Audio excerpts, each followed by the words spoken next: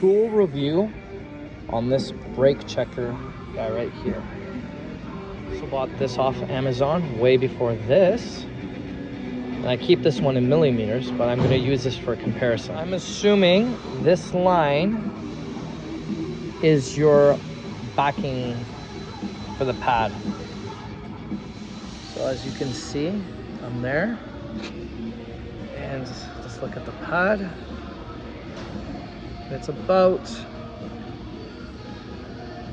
pretty close, if not dead on. When the caliper's on and you sneak this on the brakes like so and just go like that, you should get a proper reading. So I'm in the 5 range. Closer analyze, it's actually 6. So let's see what this says. So we just go about there, roughly square, and it's close enough to 6.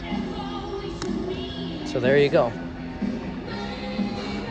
Pretty good. It's the only car in the shop, but basically just put it in like so, push down until you stop.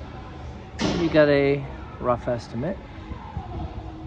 So it's 10 mil.